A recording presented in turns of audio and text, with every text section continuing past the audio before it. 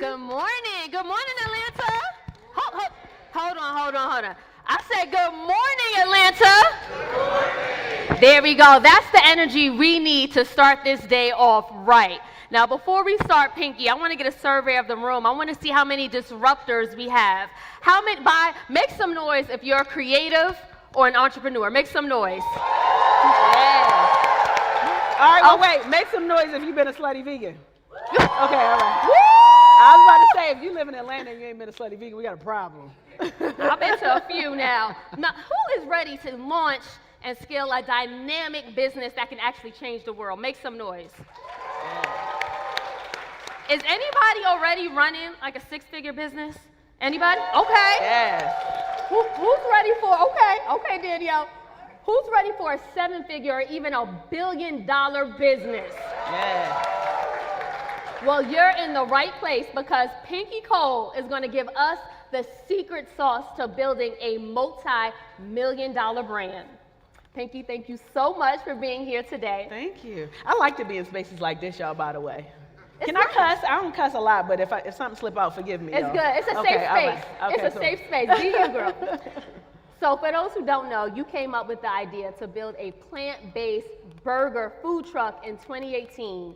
And within 5 short years, you've opened already 11 brick and mortar locations around the country. That's hard, y'all. That's a real clap. Yeah, That is not easy. It's not. You launched historic partnerships with Steve Madden and Shake Shack. You launched a sister restaurant and a nonprofit. And as we said, you scaled Slutty Vegan to a whopping $100 million. But get this, y'all. The most impressive thing is that she did all this while having 2 children, okay? Back to back. Back to back. I've been in the kitchen. So Pinky, tell us what moved you to create a disruptive brand that has since become the face of fast food, vegan food? So let me tell y'all something about disruption, right? So like people raised their hands and said that they were disruptors. But if you want to be a disruptor, it didn't just come overnight, right? Like I was the kid that said, when I grow up, I'm gonna make it. Like I ain't gonna live a regular life. Like I'm gonna be a star. I didn't know what I was talking about. But I knew that I was manifesting something very big in my life to be able to identify that I was gonna be great and make an impact. So all of my life I've been a hustler. Like I was selling food, I was selling candy, like I was doing everything that I could do, not realizing that I was molding myself to be the person that the world now knows and loves today. So I graduated from college. Shout out to Clark Atlanta University. And you see it? Okay, all right. And after I graduated, I went to LA. I wanted to be an actress, and I ain't had no money. I had a duffel bag, a suitcase, and a Bible, and 30 resumes that my mother gave me. I was being a disruptor. And I didn't have no plan, but the plan was already written for me. So when I went to LA, I became a background actor, became SAG, and I had no idea I was going to be in behind the scenes. And I got really, really good at TV. And while I was working in TV, I got a call from a show in New York, worked there for 2 years. Got a call from a show, The Maury Show, worked there for 2 years as a producer.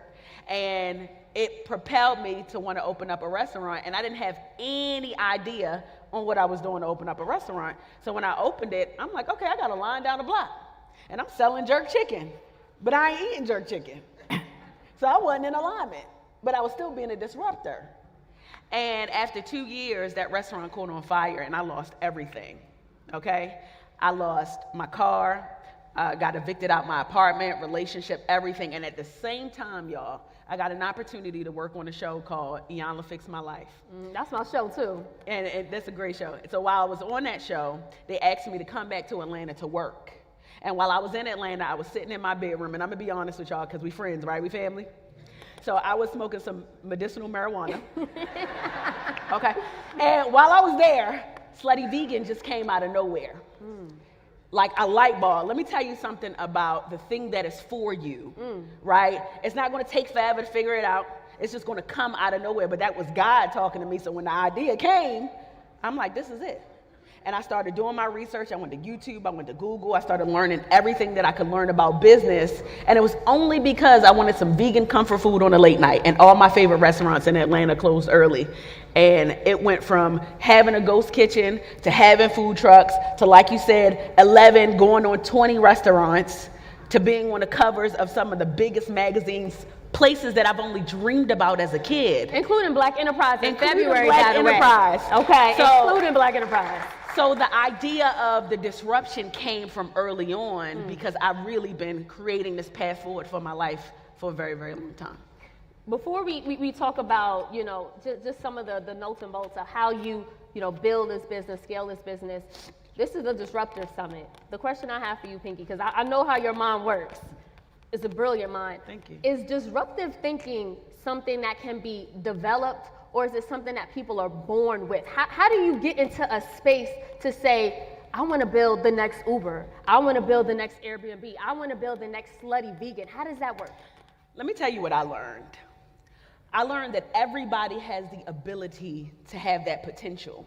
You just got to know how to unlock that potential. And how do you unlock that potential? You got to surround yourself by the right people. You got to be in a household that's going to foster you and encourage you and give you the knowledge and information. You got to be around dreamers because it ain't enough to be around people that just want to sit around all day and watch you dream. Okay? You got to be around people that want to grow and build with you. We all got the gift. Being a disruptor is the gift. That's our calling. It's our purpose. It's the ability to fulfill God's purpose. And I don't mean to be that person, but it is what it is, right? And when you unlock that potential, everything that you dream about and pray about, that thing that makes your belly leap every single day. And I know it ain't just me. You ever had that one business, you can't stop thinking about it? You're like, all right, I'm going to go get a job. And then to come back to you, you want to do it again. All right, I'm going to do something else. And that thing keep coming back to you. That is the thing that the universe is aligning you to do. But you got to be able to unlock that potential. And once you unlock that potential, you only get that one chance. Slutty Vegan was my one chance. And I said, God, you want to give me this chance? Guess what I did with that chance? Movies, media, entertainment, everything. It wasn't just burgers and fries. That was the vessel to get me to where I needed to be.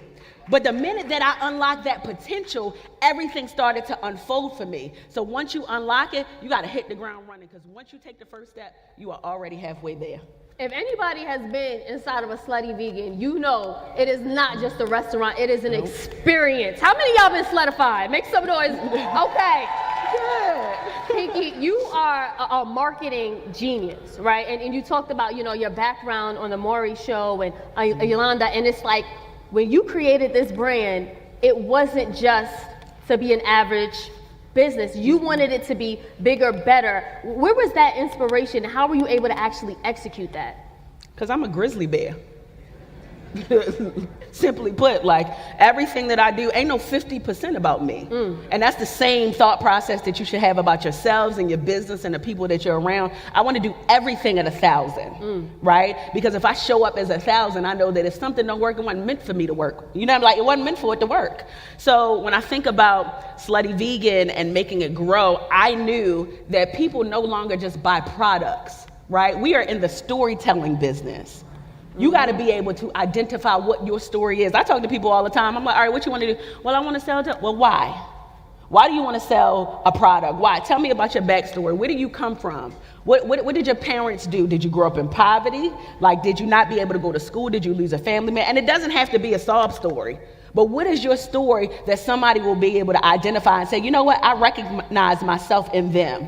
And that's what I've been able to do with Slutty Vegan. I'm helping people to reimagine food, even if it comes at vegan burgers and fries, right? I'm not telling you to eat vegan comfort food every day. What I'm telling you to do is to have options. And everybody can identify with having options, correct? Yes. And because of that, I'm showing them a really good experience.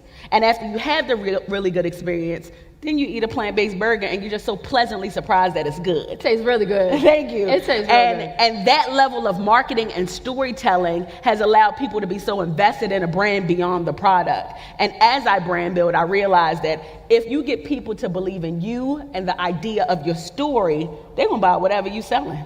You ain't even gotta advertise that. I don't show my food online, rarely. I sell products and I rarely show my food online. I don't talk about veganism online. because that's not the brand that I'm building. I'm building a lifestyle brand. I like to say Slutty Vegan is a marketing brand that so happens to sell food. And as long as I keep that authentic approach, people are going to come back again and again. I like how you said about turning your pain into purpose, right? Especially as a business owner. And Pinky, I know when you and I spoke before, you said you didn't want to be the face of Slutty Vegan. You wanted to be behind the brand. And I was like, what, like, you know, because I feel like most of us are so invested in you as a young Black woman who is doing something that a lot of us wouldn't even imagine in 4 to 5 short years. Why do you think it's important for the entrepreneurs, the creatives in this room to also take that approach and get in front of their brand? How do you make that decision? That's a really good question. Did y'all understand what she said?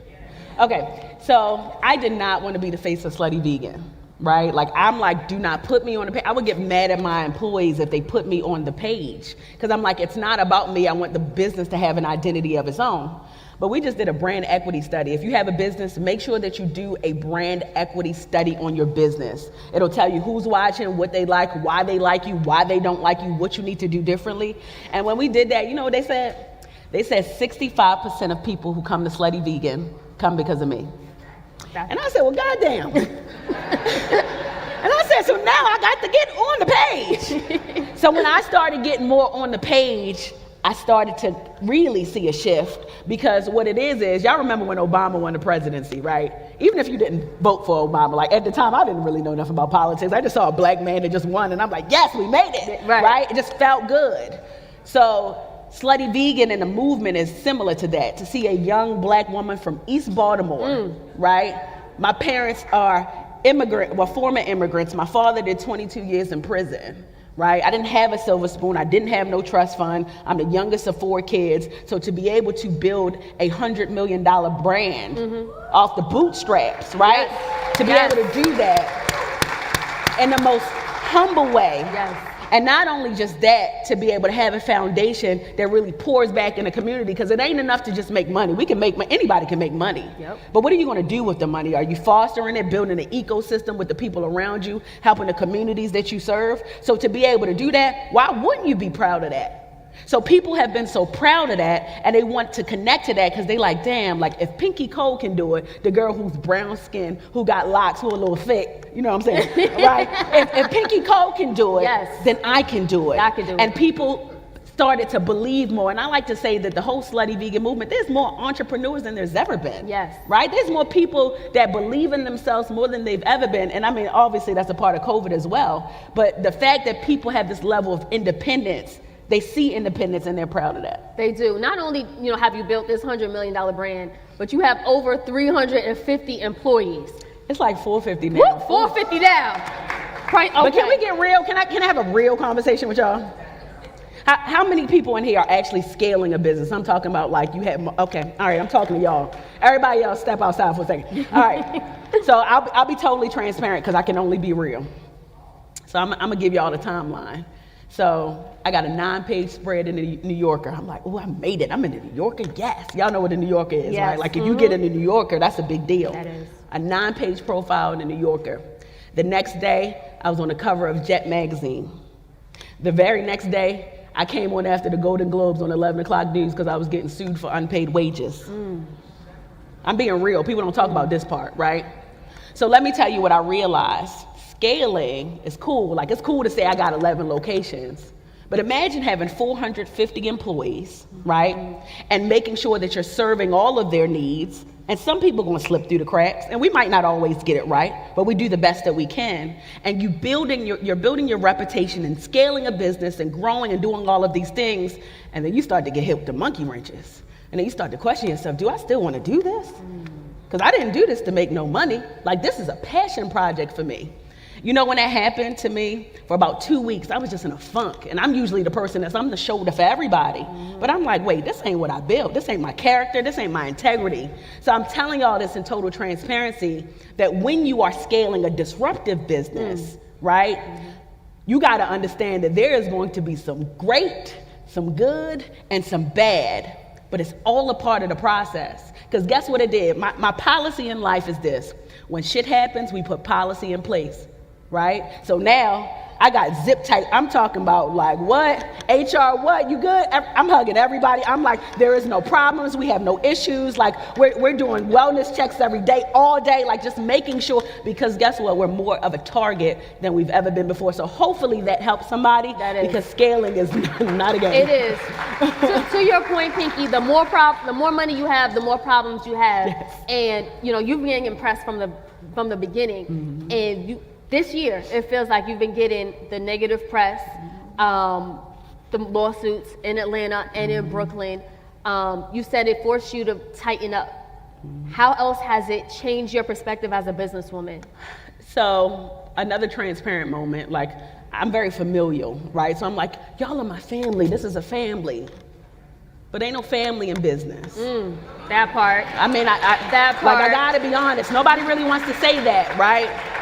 Because you can have people that you can trust. Obviously, with all that you see, right? We've done the right thing, and we practice best practices, right, as best as we could. But you realize, I got a company that's doing extremely well, and things happen in business. I mean, this is normal, right? Like, all businesses have issues. Like, companies, all you got to do is go downtown and you can file a suit. I'm not saying that it's okay, right, but it happens to businesses that are scaling. So it really just made me understand that there are no friends in business. There are no family in business. I made the big mistake of hiring family in business. I'll never do that again. And I love my family. But it also just told me that you want to grow a multi-million-dollar company, you got to move like a multi-million-dollar company. You got to move like a corporate entity. You got to move like the big conglomerates move, and be very clean in your approach in everything you do. Luckily, I have an all-star legal team. Luckily, I have an all-star accounting team that protects us every step of the way, because I'm moving into the billion-dollar space, okay? Which is why the things are happening. Let me tell you something, y'all. Oh, I just got a message. When you start to go to the next level, right? There are certain things, that's tests from God that start to come into the way, right? To show you, like, are you prepared for this? I'm gonna put the armor on you, but before I put that armor on you, I gotta make sure that you're ready. But when you stay ready, you ain't never gotta get ready, okay? So I've been ready, and I'm excited to continue to scale this business and continue to make this brand a billion-dollar company that I know that it will be. And let's talk about that, because last year you announced that you raised $25 million, which is how you got to the valuation of $100 million. How are you getting Slutty Vegan to $1 billion? That's something that there's a handful of Black billionaires in America. How are you planning that? How do you get to that level? So it's not just restaurants. Anybody in the CPG world? Okay, so CPG retail, obviously, we have our dips in 1,400 Targets. We got a couple other SKUs that we're gonna be putting in stores. I got my books in Target, and we're working on more products. Here's a word of advice for people that are in that space. It cost me $850,000 to build one Slutty Vegan, and that's on a good day, right? Because supply chain and everything that's happening. And I'm being transparent because I want you to know that that's a lot of money. Yes, that is. And then once you pay that money, you gotta pay maintenance, then you gotta pay employees, right? Then you gotta make sure that if something goes wrong, you gotta take care of it. Like, if the lights go off, my Jonesboro store has been closed for 2 days because of Georgia Power, so I lost a lot of money, right? So the easier thing to do, as I realize as I grow and scale business, is get into the consumer packaged goods, right? Like, if you know how to cook and you got a really good product, find a co-packer, package it up, put it in the freezer aisle, and now you're in stores and you can use your marketing dollars to promote it, right? Get a cloud kitchen if you're a restaurant. Like, if you have a good product, if you have a shampoo or something, whatever it is, get a co-packer and put your stuff in retail markets. And I can guarantee you see the difference. Is it still expensive? Yeah, but it's not nearly as expensive as doing a brick and mortar that's gonna cost you a whole lot of money. That's the blueprint. Yeah. That's the blueprint right there. In today's day and age, I don't know if we talked about it, but I feel like everybody wants to be an entrepreneur, everybody wants to be a founder, but it's only a handful that make it to the level of Slutty Vegan. Do you think it's essential for anyone who's starting a business today to have a disruptive model or disruptive thinking? Yes, boring businesses do not win. It's just the truth. It's just, I got like 2 claps, but I'm telling you, it's the truth. And when I say boring, I'm not talking about, like, we know when I say boring, I'm really talking about marketing, right? Yes. We live in a day and age where if you don't get the message across in 7 seconds, they're not paying attention.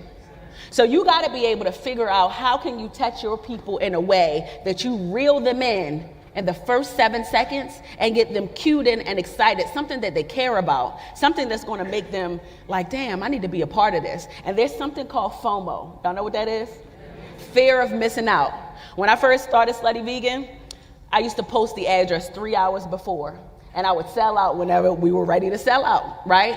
But guess what happened? There was a fear of people missing out on getting a really good burger and being a part of the line. So I created this movement of scarcity, that people wanted to have it. And when people want to have something that they can't readily have, they like, I need more of it. Now, obviously, you got to make sure that you manage your demand. But when you talk about boring businesses, have something that's so disruptive, people are like, I need it. Like, I gotta have it. Like, for example, and I'm specifically talking about food. Like, if you sell cheesecakes for a living, right?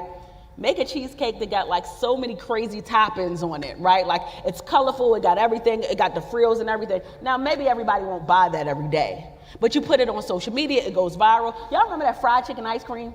Yes. The fried chicken ice cream, that red big ass boot. Y'all remember the boot that everybody's talking about? Right? I would never, like, I'm like, okay, that's great. But guess what? It made me pay attention. It did. To a big red boot. Yep. It made me pay attention to fried ice cream. But creating disruptive businesses will have investors paying attention. It'll have your audience paying more attention. And then you tie it in to the philanthropic movement. Because I believe that in order to have a successful company, you also have to have a philanthropic element to your business. I'm not saying you got to give all your money away to the community, but karma makes the world go round. Yes, it does. Okay? So when you do good, you will get good. And that is the real disruption if you want to talk about being a disruptive business. Amazing. Yes. I know we're going to take a few questions from the audience. I know we want to take a few questions. If you have a question, please let our staff know. We're going to start to get the questions. Get the questions in your mind ready while we let them get some questions. Another thing that you have done really well, Pinky, is you have the culture on your side. Cultural capital. And we talked about that before. We did, because I said, is that something that could be taught? Can you do a workshop on that? How do you get culture on your side? Because I feel like once you have the culture on your side, you have so much influence, power. Like, we move, we move everything. We move business. We make businesses profitable. How do you do that? You know, what I realized is when I started to elevate in my career, instead of finding people above to do the things that I needed to do, I went to Instagram. Like, I'm getting married, y'all, in 10 days. Right? I'm about to be somebody's wife. But 90% of the people that I found for my wedding, I found on Instagram. I saw you kept posting. You were like, you need someone to cook, you need a photographer, a DJ. But I'm very intentional in doing that, because that could be somebody's opportunity of a lifetime to propel them to the next level to be able to grow their business. Everybody that I've ever used and designated and posted, their business went all through the roof. So that tells me what the formula is. Each one teach one, right? Like, if I help you win, then you can help somebody else win, then they can help somebody else win, and then we can all win together, right? And that's how you build cultural capital. I laugh, I'm like, I ain't got $1 billion in the bank yet. But when you talk about that cultural currency, move over, Bill Gates. My name is Pinky Cole, right? Like, you understand what I'm saying? Like, because I know that when you help to use your resources to help other people win, then we all can collectively win together. And that is not cliche. So that cultural capital is real. And I think that everybody has the ability to do it. It's just really releasing that crab in a barrel mentality and bring everybody up. God already got my win. I'm already winning. So why not help other people win? And that's how I've been. You've always been like that. Always. So we do have some questions from the audience. Please state just your name and get to the questions so that we can get as many as possible in. Thank you so much. Go ahead. I'm Kia. I love you. So my thing is, you do so much. Mom, getting ready to be a wife, balance. How do you find it? It's very hard. Oh, I'm sorry. You coming for me? Oops. I'm in trouble. Okay. So let me tell you, it's very hard, but it's doable. I told you I ain't gonna lie to y'all, right? So I'm still going through so I got a 10-month-old and a 22-month-old, y'all. Don't ask me how I'm doing. Sometimes I go in the shower and I get my little tears and I get it together and then I come back. Because kids are hard. Where you go? I was just looking at you. Okay, you stay right Go there. there. Kids are very difficult, but so worth it. And when I say difficult, like especially two kids that are walking at the same time and crying, and they both want mommy and they want me to pick them up. I'm like, y'all are heavy. But what helps me is that my partner, my husband-to-be, he's also in the restaurant industry. So I don't ever have to turn it off for him because we speak the same language. Talking business is our love language. Are you in a relationship with somebody in business? Anybody here? Right? Don't it feel so good? It's like, it's sexy to talk about cost of goods. Okay? Like we are talking about labor and like wages and hiring and stuff, and I'm like, oh, you look so cute when you talk about that. Like, so it never feels like work. And the minute it feels like work for me, then I'm out. I never wanted to work a corporate job. I never wanted to sit behind a desk because that ain't my vibe, my energy. I'm wild and crazy. I'm a hot girl. So I need to be able to move around. And now that I got kids, I'm like, I'm a hot mama, right? So I want to be able to be that person that could be everything to my husband and everything for my kids. We got a village. And coming from a Caribbean family, my village is my mother, my aunts, his family. So we got people that help us with the children so that we can go off and be great because they understand the sacrifice and they believe in me. And as long as you got people around you that believe in you, you don't have to compromise balance because you got people helping you to do all the things that you want to do. There you go. Thank you for that. Next question, please. Yes, my name is Otis from Detroit. Hey. Congratulations on your expansion. Thank you. With 450 staff, how do you sustain keeping them and turnover rate, and then those staff that you know just is not good for your business? Hard. It's hard, again. And I think that's across the industry, right? Anybody have restaurants in here? Okay, so it's like one of us, three of us. Okay, all right. Across the industry, it's very difficult because we live in a day and age now where people don't have to work. It's so easy to be an entrepreneur with the TikTok world and everything. Like, you literally can do the things that you want to do. So what we've decided to do, we started learning that in order to retain more employees, we got to start incentivizing them. We got to make them feel like they're a part of the bigger picture. And the bigger picture is, what is your growth plan? Like, you come here as a crew member, but what does it look like for you 5 years down the line? And what we realize is when people know what they have to look forward to, then they're more committed. They know that they can get incentivized. And when I talk about incentivization, I'm talking about like they have the ability to get insurance working at Slutty Vegan. If you work at least 40 hours, you get full benefits, which most restaurants do not do, right? We raised our minimum wage. We raised the salary for GM so that they can have a sustainable living. Did we always do that? Absolutely not. We're like, all right, we're just gonna get these stores open. We got all these people, but we realized that the internal customer, which is the employee, is just as important as the external customer. Yes, right? it is. So you can't take care of the external customer and not take care of the internal customer because then it doesn't balance out well. So we've just been incentivizing the employees and just making Slutty Vegan the Google of restaurants. And when people feel like this is the place that I can grow a career in, then they'll stay more. And your employees are different. You feature them in the ads for Steve Madden. When you partner with them, They're talent. You put them on the cover of BLACK Enterprise with you. Mm-hmm. And if you guys ever walked into Slutty Vegan, they turn up. They turn it into a party. Mm-hmm. So it's you can feel the fact that they want to be there. Yeah. And you're saying that that's intentional. I don't look at them as employees. Like, they are talent. Like, we want to foster their gifts. Every person that you see on a Slutty Vegan social media page are employees. If they sing, if they dance, if they have a talent. Because guess what? It's going to take that one person to say, hey, can I get the contact information for that employee who did this? I want to put them in my music video. I want to put them in my movie. So we intentionally do that to give them the opportunity. That's amazing. Question, please. Hi, how you doing? Sorry, a little nervous.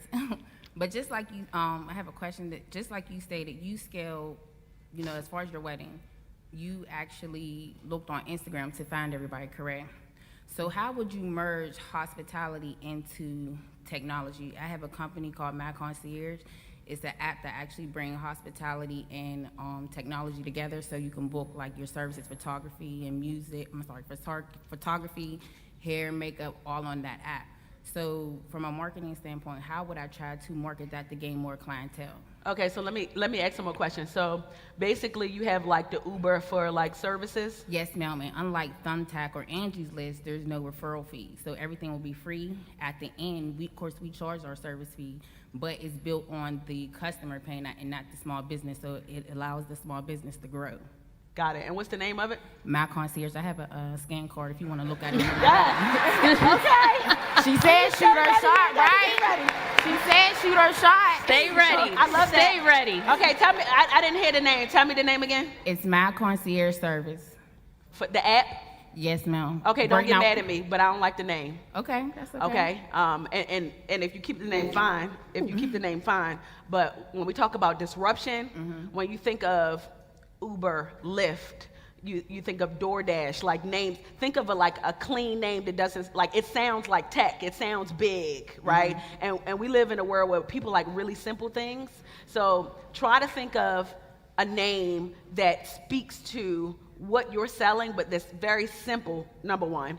And number two, what I would do is I would tag on the philanthropic arm first, right? You start there because you got a company, it's like the Uber for services.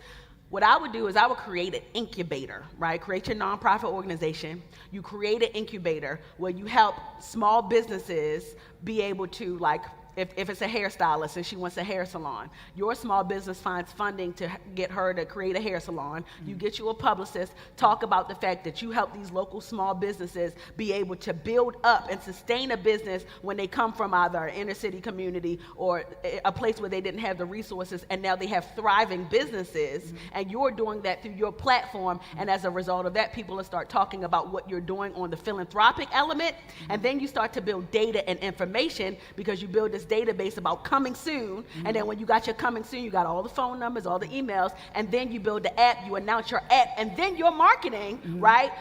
All your billboards should have somebody. Y'all remember what's the commercials back in the day? It used to be something miracle where the hair used to be messed up. What's the commercials Dr. back in the Miracle or day? something Like like that? was it Dr. Miracles? It was like in the 90s when the hair used to be a mess. Like your billboards around the city need to be somebody with a jacked up hairline and be like, don't let this be you. Like, go to so and so. You know what I'm saying? Or like with a jacked up whatever it is. Like, don't let this be you. Call us. We'll get you right. And like that is the disruption. So you put in something that's real like bad that looks like, oh, that look crazy, but then it'll make them want to go to your site. And then you tag on that philanthropic element with the incubator so they know that they're not just coming to a site to find a service. You also have the opportunity to be able to be a part of an incubator that'll help your business grow. Thank There you go. Y'all saw all that free game? Give it up. Give it up. Pinky, I want to thank you again for sharing the blueprint, all the free game. Please let everyone know how they can get a bite of Slutty Vegan, how we can continue to support you, sis, in your journey and tap into all the knowledge and resources that you're sharing with us. Thank you. SluttyVeganATL.com. If you want to follow me on my personal page, Pinky Cole on social media. We just did American Sesh here yesterday, so if you know anything about American Sesh, we are about to go on a live tour, okay? So turn on your post notifications, and just be everywhere. Thank you guys so much for your support, and I pray and wish that every single business in this room will be not a multi-million-dollar business, but a billion-dollar business as long as you are consistent and do the work. Give it up one more time for Pinky Cole. Thank you. Pinky, they want to get a picture of us? Yep. Now that's how I'm talking about. That's how you kick off the first panel. We get it done at Black Enterprise. All right, everybody getting their